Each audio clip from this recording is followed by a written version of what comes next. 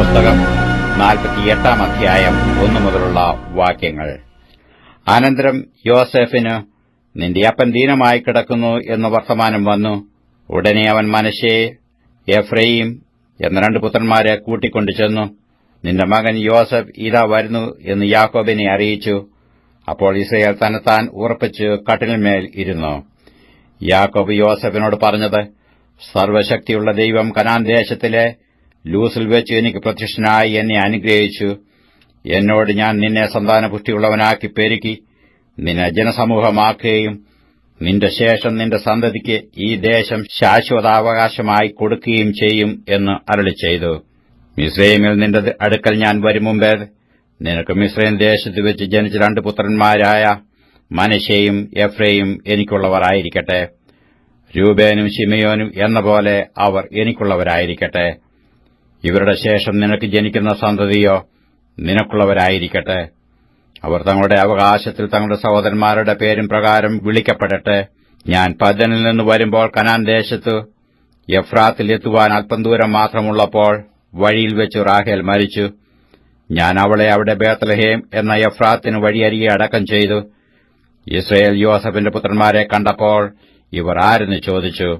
ദൈവം ഇവിടെ എനിക്ക് തന്നിട്ടുള്ള പുത്രന്മാർ എന്ന് യോസഫ് അപ്പനോട് പറഞ്ഞു. അവരെ എന്റെ അടുക്കൽ കൊണ്ടുവരിക, ഞാൻ അവരെ അനുഗ്രഹിക്കും എന്നു അവൻ പറഞ്ഞു.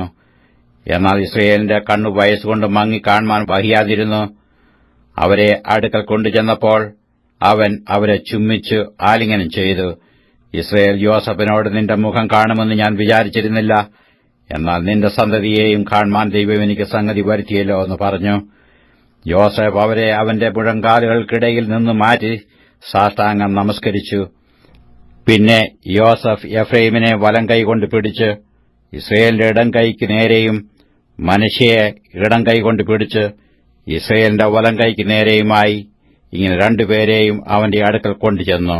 ഇസ്രായേൽ വലം കൈ നീട്ടി ഇളയവനായ എഫ്രയീമിന്റെ തലയിലും ഇടം കൈ മൂത്തവനായ മനശ്ശെയുടെ തലയിലുമായി അങ്ങനെ തന്റെ കൈകളെ പിണച്ചുവെച്ചു. പിന്നെ അവൻ യോസഫിനെ അനുഗ്രഹിച്ചു. നിന്റെ പിതാക്കന്മാരായ അബ്രഹാമും ഇസാക്കും ഭജിച്ചുപോന്ന ദൈവം, ഞാൻ ജനിച്ച നാൾ മുതൽ ഇന്നുവരെയും എന്നെ പുലർത്തിയിരിക്കുന്ന ദൈവം, എന്നെ സകല ദോഷങ്ങളിൽ നിന്നും വിടുവിച്ച ദൂതൻ ഈ കുട്ടികളെയും അനുഗ്രഹിക്കുമാറാകട്ടെ. എന്റെ പേരും എന്റെ പിതാക്കന്മാരായ അബ്രഹാമിന്റെയും ഇസാക്കിന്റെയും പേരും ഇവരിൽ നിലനിൽക്കുമാറാകട്ടെ. അവർ ഭൂമിയിൽ കൂട്ടമായി വർദ്ധിക്കട്ടെ എന്ന് പറഞ്ഞു. അപ്പൻ വലം കൈ എഫ്രയീമിന്റെ തലയിൽ വെച്ചു എന്ന് യോസഫ് കണ്ടപ്പോൾ അവന് അനിഷ്ടം തോന്നി. അപ്പന്റെ കൈ എഫ്രയീമിന്റെ തലയിൽ നിന്നും മനശ്ശെയുടെ തലയിൽ മാറ്റിവെപ്പാൻ പിടിച്ചു.